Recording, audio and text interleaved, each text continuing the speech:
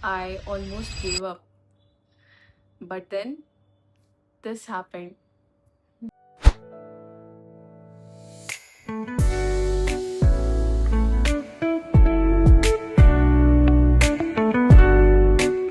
Hello cuties, welcome to my channel. My name is Purnima and I'm from Mumbai, and currently I'm working as a PO in a public sector bank. So this is going to be a story time kind of a video जिसमें मैं अपने journey के बारे में आप सबके साथ share करूंगी. सो प्लीज एंड तक इस वीडियो को जरूर देखिए, क्योंकि लास्ट में कल मैंने इंस्टाग्राम पे एक स्टोरी डाली थी जिसमें आप सबने अपने डाउट्स पूछे थे. वो सारे डाउट्स आज हम लास्ट में लेंगे, कवर करेंगे. Okay, so without further do let's get started. मेरे बारे में तो मैंने आपको बता दिया, मेरा नाम and all. Now coming to my educational background, मैंने कॉमर्स ही किया है, 11-12 कॉमर्स. उसके बाद मेरी ग्रेजुएशन जो है वो मेरी बैफ में हुई है. BAF that is BCom having specialisation in accounting and finance. ठीक है, सो जो भी बच्चे अभी बैफ कर रहे होंगे या कॉमर्स बैकग्राउंड से होंगे जो अभी बैंकिंग एंड इंश्योरेंस के बारे में सोच रहे हैं, guys you are on a right path. Okay, क्योंकि मेरा पहले से था कि मुझे बैंकिंग एंड इंश्योरेंस के एग्जाम्स तो मुझे देने ही है आगे जाके, क्योंकि one of my cousins she told me कि ऐसे ऐसे एग्जाम्स होते हैं, आप दे सकते हो आगे जाके when you are done with your graduation. अब मुझे पता नहीं था, वो पहले भी प्रेप स्टार्ट कर सकते हैं हम लोग, बट ठीक है, कोई बात नहीं. Why I choose banking because क्योंकि पहली बात तो मेरा फाइनेंशियल बैकग्राउंड था, तो मुझे वैसे ही फाइनेंस में इंटरेस्ट था पहले से. ठीक है, एंड मैं जब भी अपने मॉम डैड के साथ बैंक में जाती थी, वहां पे देखती थी, वहां का वर्क कल्चर वगैरह देखती थी. So I was like yeah this is kind of a job that I would really love to do. So that's why फिर मैंने प्रिपरेशन स्टार्ट की. बैक इन 2023 मैंने अपनी प्रिपरेशन चालू की. उस टाइम पे मैं हमारे जो पास एक कोचिंग इंस्टीट्यूट था, वहां पे जाके मैंने अपने सारे बेसिक्स क्लियर करवाए. एंड बेसिक्स क्लियर करने के बाद फिर मैंने फॉर्म्स भरने चालू कर दिए. अब बहुत सारे बच्चों के मन में डाउट होता है कि हमें फॉर्म भरना चाहिए या नहीं भरना चाहिए. गाइस देखो, आज नहीं तो कल भरना ही है, तो बेटर है इवन इफ आपका बेसिक्स क्लियर हो, basics as an pre clear कर सको, इतना बेसिक क्लियर हो, तो तुम लोग फॉर्म भरना डेफिनेटली चाहिए तुम लोगों को. क्योंकि क्या होता है ना, जब आप फॉर्म भरते हो, एग्जाम के लिए अपियर करते हो, वो जो डर बैठा होता है ना, वो धीरे धीरे कम होने लगता है. ठीक है, तो मैंने अपना फर्स्ट पेपर, हम लोगों के टाइम पे ऐसे होता था कि आरआरबी पहले होते थे. हम लोगों के टाइम पे क्या गाइस 2023 2024 में ऐसा हुआ था कि पहले आरआरबीज होते थे, आरआरबी क्लर्क, आरआरबी पीओ, फिर उसके बाद IBPS clerk, IBPS PO, and then last में एसबीआई क्लर्क, एसबीआई पीओ. ये 23 एंड 24 में ऐसे हुआ था. बट इन 2025 अभी उन लोगों ने थोड़ा पैटर्न चेंज कर दिया. इस बार 2025 में पहले एसबीआई क्लर्क हुआ, फिर पीओ हुआ, फिर उसके बाद IBPS clerk, IBPS PO, and last में RRB clerk and RRB PO. ये सीक्वेंस था. ठीक है, सो मैंने जब अपना first IBPS clerk pre clear किया था, उस टाइम पे मुझे ऐसे लगा था यार मैं तो कर लूंगी. मतलब मुझे तो लगा ही नहीं था कर पाऊंगी या नहीं. बट वही है कि वो जब पहला एग्जाम निकल जाए तो वो एक होता है ना, कॉन्फिडेंस बूस्ट हो जाता है अपना, कि हमको लगता है यार अब तो सब कर लेंगे. उसके बाद फिर मैं मेंस देने के लिए गई गाइज. एंड वो एक्सपीरियंस मैं क्या ही बताऊं. मतलब करंट अफेयर्स देख के तो जो मेरे होश उड़ गए. अब मेंस में होता क्या था, बोलते तो सब थे कि आपको करंट अफेयर्स करने हैं, करंट अफेयर्स 6 मंथ्स के करने हैं, इतने करने हैं, ये सोर्स कर लो, वो सोर्स कर लो. गाइस एग्जाम में सबसे ज्यादा आपके सिलेक्शन के लिए जो चीज मैटर करती है वो है करेक्ट सोर्सेस.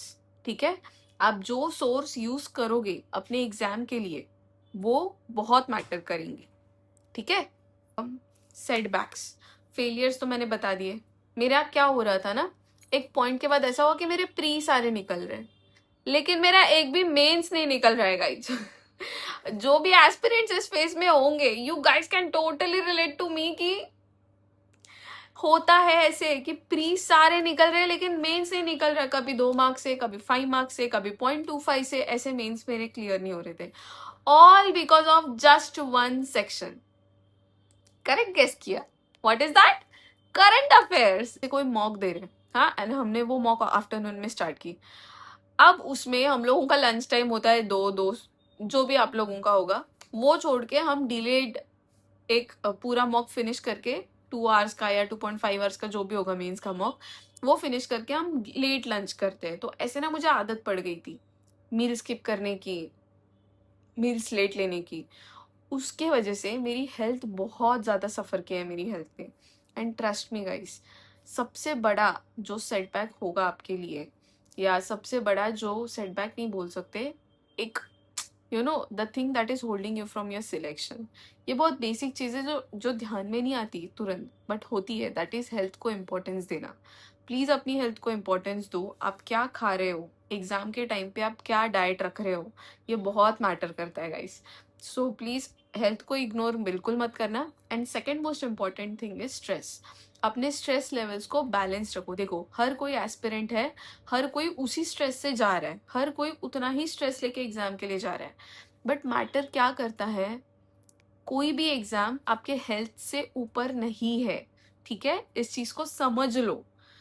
आप एग्जाम के लिए जा रहे हो, ट्राई टू बी मोर काम एंड कंपोज हियर, क्योंकि जितना इधर शांत रहोगे ना, उतना बेटर और अच्छा परफॉर्म करके आओगे एग्जाम में। 2023 तो हो गया, मेरा कोई मेंस नहीं निकला। फिर उसके बाद मुझे ऐसा लगा यार ऐसे तो नहीं चलेगा, कुछ तो करना पड़ेगा लाइफ के साथ, एंड कितना फैमिली पे डिपेंडेंट रहेंगे, है ना। तो तब फिर मैंने टीचिंग स्टार्ट करने के बारे में सोचा कि टीचिंग एक ऐसा जॉब है, यही यही सब्जेक्ट्स पढ़ाऊंगी मैं। टीचिंग एक ऐसा जॉब है जहाँ पे मैं अपने स्टडीज से भी कनेक्टेड रहूंगी, मैं अपना प्रिपरेशन भी कर सकती हूँ, एंड उसी के साथ साथ मेरी थोड़ी अपनी अर्निंग्स भी हो जाएंगी। तो मैंने 2024 में अपना टीचिंग स्टार्ट कर दिया, ठीक है। एंड 2024 में अपना टीचिंग स्टार्ट करने के बाद मैं फुल टाइम पढ़ाती थी, फुल टाइम मैंने टीचिंग की है। 2024 में मैंने एग्जाम्स दिए, सारे प्री दिए, सारे सेम प्री क्लियर हो गए, बट मेंस ही हुए, क्योंकि मेंस के टाइम पे ना 2024 में, जैसे कि मैंने बोला, बहुत ज़्यादा मुझे हेल्थ इश्यूज हो गए थे। मतलब मैं इतना स्ट्रेस लेती थी गाइस, मैं इतना स्ट्रेस लेती थी कि मतलब एग्जाम, कल मेंस है ना, मेंस के पहली रात मुझे नींद ही नहीं आती थी। जो गलती मैंने की, मैं वो तुम लोगों को सजेस्ट करूंगी, प्लीज़ तुम लोग वो सारी गलतियां मत करना। अपनी हेल्थ को इग्नोर मत करना, स्ट्रेस को कंट्रोल में रखना, क्योंकि यही सारी चीज़ें होती है जो प्रिपरेशन में बहुत गड़बड़ कर देती है। एंड ऑल्सो 2024 में ही, हाँ 2024 में मुझे चिकन पॉक्स भी हो गया था गाइज। सब एक साथ हो गया था, तो that year was very tough for me. फिर आते 2025 पे, फिर 25 में मैंने एग्जाम्स तो दिए, बट SBI क्लर्क मुझे अभी भी याद है। SBI क्लर्क मेरा कुछ 2 मार्क्स से रह गया था final means, and I was very disappointed. I was like कि यार अब तो पता नहीं क्या ही होगा। अब तो मैं नहीं कर पाऊंगी। मतलब लिटरली मैं गिव अप करने वाले फेस पे ही थी। But then at that moment my mom, she was like कि देख अब तो इतनी क्लोज आ गई है, इतना क्लोज आके छोड़ने का क्या ही मतलब है, फिर तूने स्टार्ट ही क्यों किया था। इतने 2 साल जो तूने प्रिपरेशन में डाले हैं, इतनी मेहनत से तूने पढ़ाई की है, what's the point of giving up then. So that was the moment I was like यार बात तो सही है, इतना इजीली तो मैं छोड़ नहीं सकती, एंड अगर मैंने छोड़ दिया इनकेस, तो फिर मैं और क्या करूंगी। मैं, ऐसा नहीं है, करने के लिए बहुत कुछ है, बट स्टिल मैं तो दिल से चाहती थी कि मुझे इसी सेक्टर में जाना है। तो फिर मैंने वापस अपनी प्रिपरेशन चालू कर दी। जून, जुलाई, अगस्त एकदम फुल फ्लेजेड लाइब्रेरी में जाती थी, 8 8 आवर्स पढ़ने बैठती थी, एकदम सही से चल रहा था सब कुछ, ठीक है। फिर आता है अगस्त। अगस्त, हाँ अगस्त में हमारे प्री हो गए, IBPS क्लर्क के, IBPS PO के, ठीक है, वो प्री हो गए। एंड उसके बाद आ गया मेंस। अब मेंस में क्या होता है ना, यूजुअली मैं तुम लोगों को बता रही हूँ, यूजुअली मेंस में क्या होता है, हम लोग एग्जाम के 10 दिन पहले जो हम लोगों का फोकस बनता है ना गाइज, वो पहले आप कितना ही कर लो वो, तो वही है कि वो जो होते हैं ना वो 10 दिन, वो बहुत क्रुशियल होते हैं प्री का रिजल्ट लगने के बाद एंड मेंस के एग्जाम के पहले। ये बीच का जो पीरियड है ये बहुत इंपॉर्टेंट होता है। अब उस पीरियड में क्या हुआ, जो 1 वीक प्रायर था, मतलब मैं पढ़ाई तो मेरी हो रही थी सही से, जो संडे को मेरा एग्जाम है, एंड मंडे को one of the closest person of mine, मेरी मासी, she met with an accident, and it was a very serious accident, ठीक है। तो शी वॉज हॉस्पिटलाइज्ड। सो उस टाइम पे आप समझ सकते हो घर पे क्या माहौल होगा। एंड उसके बाद फिर सब दिमाग इधर उधर हो गया था मेरा, एंड सब स्ट्रेस में थे. देन थर्सडे को फिर न्यूज़ आई that she is no more. ऐसी सिचुएशन में आप क्या ही सोचोगे, है ना, क्या ही प्रिपरेशन होगी. एंड लिटरली मैंने मॉम को कॉल करके ये बोल दिया था कि मैं तो मेंस देने नहीं जाऊंगी IBPS PO का. But that was a moment. तब भी उन्होंने ही मुझे बोला कि देख, हम लोगों ने तेरे बहुत सारे फेलियर्स देख लिए हैं, एक और फेलियर देख लेंगे, पर एग्जाम अटेम्प्ट कर. एग्जाम अटेम्प्ट करके तू फेल हो, we will be very proud of you. But अगर तू बिना अटेम्प्ट किए फेल होगी, then it means you are quitting, and we don't want you to do that. And I said कि मैंने बहुत बोला कि मेरा नहीं होगा, मेरा कुछ अभी मेरा दिमाग नहीं चल रहा है. No matter what, go, just go and give the exam, just go. Even if you sleep in the exam that's fine. जा और जाके दे के आ. Simple words. अब मेरा PO का एग्जाम था, मुझे कोई स्ट्रेस था ही नहीं गाइस. मतलब वो एक होता है ना कि यार मुझे पेपर निकालना है, मुझे इतना अटेम्प्ट करना है, मेरे दिमाग में कुछ भी नहीं था, कुछ भी नहीं था. आई वॉज लाइक, क्योंकि पहले से पता था यार मैं उस जोन में ही नहीं हूँ कि मैं कुछ सोच के जाऊँ ऐसा. तो मैं बहुत ही ज्यादा काम एंड कंपोज माइंड के साथ थी उस टाइम, क्योंकि जितना कुछ मैंने लास्ट फ्यू डेज में फेस कर लिया था ना, उसके बाद मुझ में एनर्जी नहीं थी कि मैं और स्ट्रेस लूं. मेरी बॉडी उतना ले ही नहीं पा रही थी. तो मैं एकदम शांत थी, काम कंपोज थी माइंड से. एंड मैं बस ऐसे चली गई थी कि यार जो होगा देखा जाएगा, मुझे बस पेपर दे के घर आना है, क्योंकि मम्मी ने बोला है जाके पेपर दे के आओ बस. ट्रस्ट मी, इतने साल मैंने वेट किया, इतना पेशेंस रखा, इतनी बार डिप्रेशन में गई थी मैं, मतलब बहुत कुछ देख लिया था लाइफ में. But that was the moment when I felt यार now everything feels worth it. When I become a banker.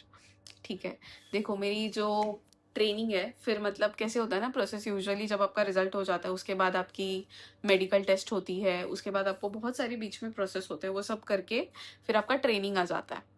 अब ट्रेनिंग आ गई मेरी. मेरी ट्रेनिंग उडुपी में हुई, मणिपाल में एक्चुअली, CIBM, जो कि बहुत ही सुंदर कैंपस है. वहाँ पे मैंने अपने बेस्ट 21 डेज लाइफ के एंजॉय किए. वहाँ पे बहुत अच्छे फ्रेंडशिप्स हुई, बॉन्डिंग हुई, नेटवर्किंग हुई, है ना. बहुत कुछ चीज़ें सीखने के लिए मिली ट्रेनिंग में. My advice to bank aspirants, मेरी एडवाइस यही है.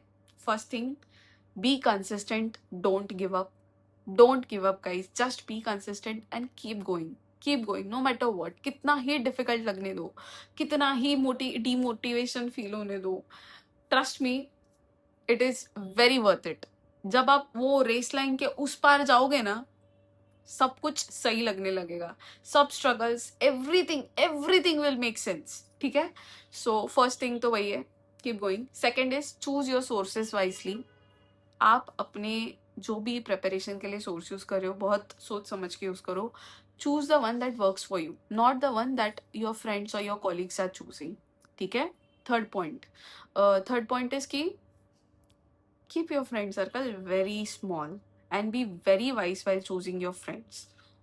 बहुत मैटर करती है ये चीज़ कि आप खुद को किस सराउंडिंग में रखते हो, क्योंकि जो चीज़ आपके आजू बाजू चलेगी ना, वही चीज़ आपकी इधर भी चलेगी. So make sure that you surround yourself with positive and the people who genuinely wants you to win in life. Listen to me again. People who genuinely wants you to win in life. समझ गए हो तुम. ठीक है. बस ये 3 चीजें हैं, एंड बाकी तो कर लोगे यार तुम लोग. सो गाइस, जैसे मैंने बोला था, प्रॉमिस किया था कि मैं लास्ट में कुछ क्वेश्चंस है, इंस्टा पे मैंने कल स्टोरी डाली थी कि जिन लोगों को.